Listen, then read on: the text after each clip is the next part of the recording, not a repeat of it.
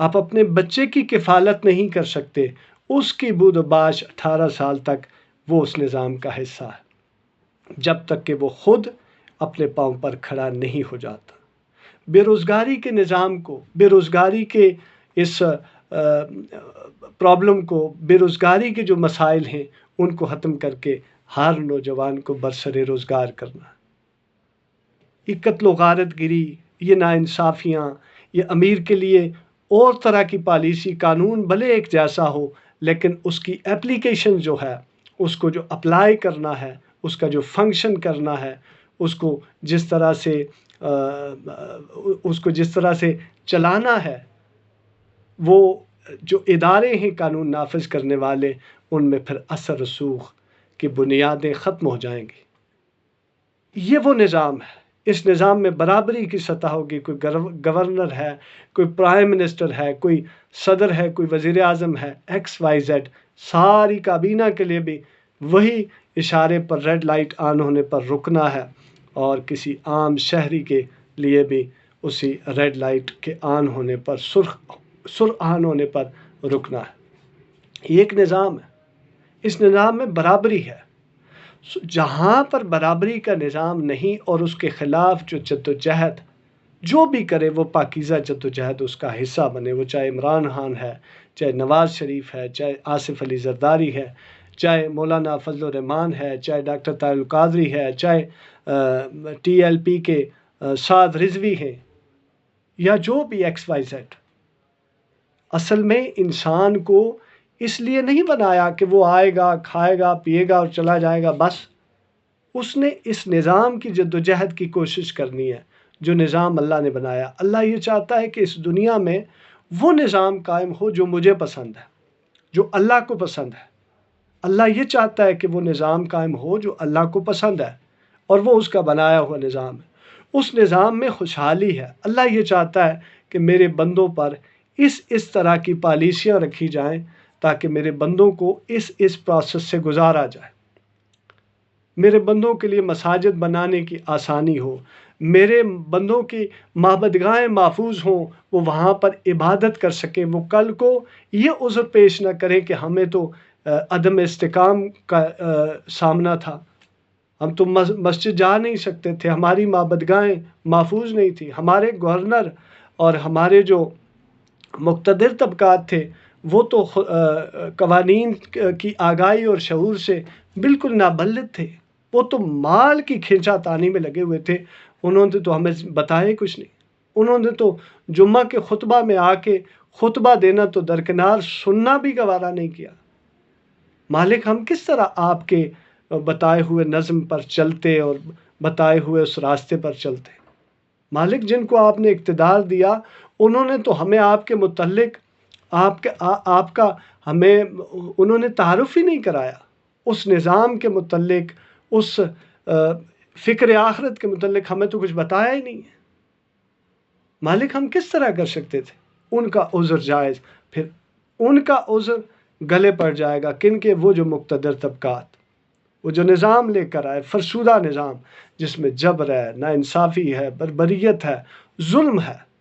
اس وقت آپ دیکھیں کہ ملک میں کیا صورتحال چل رہی ہے، ہر ایک دوسرے کے مد مقابل اس طرح کھڑا ہے جس طرح اس کا کوئی جانی دشمن ہے، جس طرح انڈیا پاکستان کی جنگ جاری ہے، اس طرح ایک دوسرے کو آمنے سامنے لا کھڑا کیا۔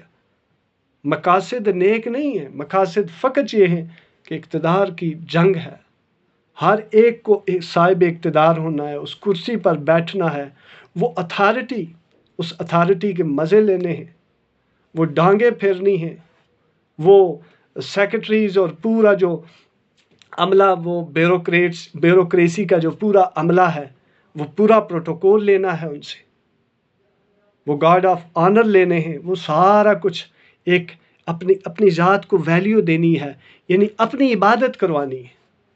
یہ سارا چکر یہ چل رہا ہے ہر ایک کا۔ آپ اس وقت دیکھیں کس نے کیا کیا اس ملک میں پچھلے 65-70 سالوں میں، آپ کے لیے، میرے لیے اور اس ملک کے لیے، اس ملک کے مستقبل کے لیے کیا کیا؟ چائنا ہمارے 2 سال بعد آزاد ہوا، چائنا آج سپر پاور پوری دنیا کو آنکھیں دکھا رہا ہے۔ استحکام تھا تو تب، ہمارے ہاں استحکام نہیں ملا۔ سیاسی استحکام تو درکنار ناپید ہے۔ ایک آتا ہے دوسرے کو اتار دیتا ہے، اس کی کرسی چھین لیتا ہے، خود بیٹھ جاتا ہے۔ نہ اللہ کا پتہ، نہ رسول کا پتہ، نہ اس نظام کا پتہ، اور چند ایسے مفتیان، چند ایسے علماء جنہیں علماء سو کہا گیا، وہ اپنے گرد اکٹھے کیے ہوئے، ہر مقتدر طبقات نے اپنے گرد اکٹھے کیے، ان سے اپنی مرضی کے فتوے بھی لے لیتے، اور ان سے جناب وہ ان کو وظائف، ان کو پروٹوکولز دیے جاتے ہیں، ان کی عیاشیاں کروائی جاتی ہیں، اور انہیں پرواہ نہیں۔ یہ سنت ہے کہ آپ ظلم کے خلاف کھڑے ہوں۔ کیا آپ گواہی دیتے ہیں؟ کیا آپ سیٹسفائیڈ ہیں کہ اس ملک میں ایک اچھا نظام ہے اور اسلامی نظام ہے؟ اسلامی نظام کا یہ مطلب نہیں ہے کہ کوئی ایسا نظام مسلط ہو جائے گا جو جبراً پردہ کروائے گا، جو جبراً نمازیں پڑھائے گا۔ اس کا مطلب اسلامی نظام نہیں ہے۔ اسلامی نظام فلاحی نظام کا نام ہے، جس میں آپ کی آخری عمر محفوظ ہوگی، آپ کو اپنی آخری عمر کی فکر نہیں ہوگی، جس میں بوڑھے کی دیہڑی نہیں لگے گی، چوک پر بیٹھے بوڑھے کی دیہڑی نہیں لگے گی، تو ریاست اس کے لیے فکر مند ہوگی، وظائف مقرر کرے گی۔ بچے کو پڑھانے کے لیے اس کے والدین کے پاس سرمایہ نہیں ہوگا تو ریاست فکر مند ہوگی۔ یہ ہے اسلامی نظام۔ اور اسلامی نظام اڈاپٹ کیا، انگلینڈ نے اڈاپٹ کیا، یورپ نے اڈاپٹ کیا، کینیڈا نے اڈاپٹ کیا۔ آج وہ دیکھیں بالکل سیٹسفائیڈ، کوئی انارکی نہیں ہے، لوگ خوش ہیں۔ ویزاز جناب بھرے پڑے کہ آپ لائن میں لگیں جناب، آپ ایئر لائنز دیکھیں، کہاں جا رہے ہیں؟ انگلینڈ جا رہے ہیں، کہاں جا رہے ہیں؟ امریکہ جا رہے ہیں، کہاں جا رہے ہیں؟ کینیڈا، اپنے ملک کو چھوڑ رہے ہیں۔ سیاسی عدم استحکام، نظام ہی نہیں ہے۔ ہر ایک پالیسیاں لے کر آتا ہے، فوٹو سیشنز ہوتے ہیں، ایک نے پل بنا دیا، ایک نے موٹر وے بنا دی، ایک نے میٹرو بنا دی، ایک نے بس وہ بنا دیے دسترخوان شیلٹر بنا دیے، ایک نے ہاسپٹل بنا دی، ایک نے یونیورسٹی، بس یہاں تک محدود ہے ہماری سیاست اور ہمارا سیاسی نظام۔ جبکہ اسلامی جو نظام ہے، جو اللہ اور رسول اللہ صلی اللہ علیہ وسلم کا نظام ہے، اس میں وسیع تر ذرائع ہیں، وسیع تر سہولیات ہیں۔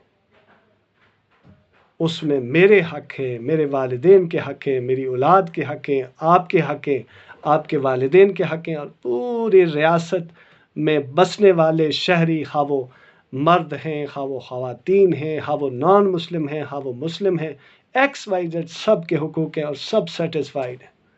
وہ مطمئن ہیں، انہیں انصاف پراپر مل رہا ہے اور برابر مل رہا ہے۔ یہاں تو وڈیرا شاہی سسٹم ہے، غریب کی زمین پر قابض ہو جاتا ہے مقتدر طبقات سے وابستہ کوئی پٹواری صفت انسان، کوئی پٹواری سے میل جول رکھنے والا ان پڑھ جاہل گوار، مال ہے اس کے پاس، مال کی رونت ہے، وہ کسی سیاستدان کو الیکشن لڑنے کے لیے 4 پیسے دیتا ہے، اور جب وہ سیٹ جیت کر کرسی پر بیٹھتا ہے تو وہ پھر اس کو فیور دیتا ہے، پٹواری کی فیور دیتا ہے، عدالت تھانے کچہری کی فیور دیتا ہے، اور اس غریب کے پاس کچھ نہیں سوائے وہ اپنی زمین دینے کو۔ نظام نہیں ہے۔ جو بھی اس نظام کے لیے جدوجہد کرے گا ہم اس کے ساتھ ہیں، اور جو اللہ اور رسول اللہ صلی اللہ علیہ وسلم کے نظام کی بات نہیں کرتا اور وہ نظام نہیں لاتا، ہاں وہ عمران خان صاحب ہیں، ہاں وہ نواز شریف صاحب ہیں، ہاں وہ زرداری، ہمارا ان سے کوئی تعلق نہیں۔ یہ سب ذاتوں کی جنگ ہے، یہ اپنی ذاتوں کی جنگ ہے، اپنے آپ کو اقتدار دینا ہے، اس کے سوا کچھ بھی نہیں۔ اس میں کوئی شک نہیں کہ عمران خان صاحب کی نیت پر شک نہیں کیا جا سکتا، وہ مخلص ہیں، پاکستان کے لیے کچھ کرنا چاہتے ہیں، لیکن اللہ نے موقع دیا، وہی پرانے گھسے پٹے چہرے ساتھ رکھے، اور وہ چہرے کھا پی کر کے وہی پرانی روایت، وہی رسمیں، اور وہ پھر وہ چلے گئے چھوڑ کے، اور انہوں نے عمران خان صاحب کو بھی پھنسا دیا۔ اللہ کرے کہ اس ملک میں کوئی ایسی قیادت آئے جو اللہ اور رسول اللہ صلی اللہ علیہ وسلم کے اس نظام کو متعارف کرے، اس کو نافذ کرنے کی کوشش کرے، اور پھر اس ملک کی جو انارکی ہے وہ کم ہو، اور اس ملک کی جو کشیدگی ہے وہ ختم ہو۔ اللہ کرے کہ ایسا ہو، لیکن ایسا ہونا لگتا نہیں۔ کیوں کہ ہم جوں قیامت کے قریب ہوتے جا رہے ہیں، اور جوں ہم اللہ اور رسول اللہ صلی اللہ علیہ وسلم کے دور مبارک عہد نبوی کا جو دور تھا، عہد نبوی سے ہم جتنا دور ہوتے جا رہے، ہم اتنا ہی فتنوں میں گڑھتے چلے جا رہے، مال کی محبت میں گڑھتے چلے جا رہے، اقتدار کی محبت میں گڑھتے چلے جا رہے، دھنستے چلے جا رہے۔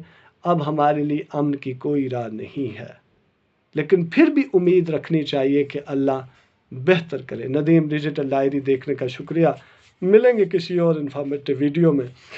میں بھی دعا کرتا ہوں، آپ بھی دعا کریں کہ اللہ پاک پاکستان کو، اس ملک پاکستان کو، اس عظیم ملک کو سیاسی استحکام، اقتصادی، معاشرتی، قانونی، عدل و انصاف پر مبنی استحکام عطا کرے، اور ہمیں کوئی بہتر حکمران، ایسا حکمران عطا کرے جو عدل پر مبنی فیصلے کرے، عدل پر مبنی عادل کابینہ بنائے، ایسی کابینہ بنائے جو اللہ کے نظام کو متعارف کرے، جو اللہ کے نظام کو نافذ کرے۔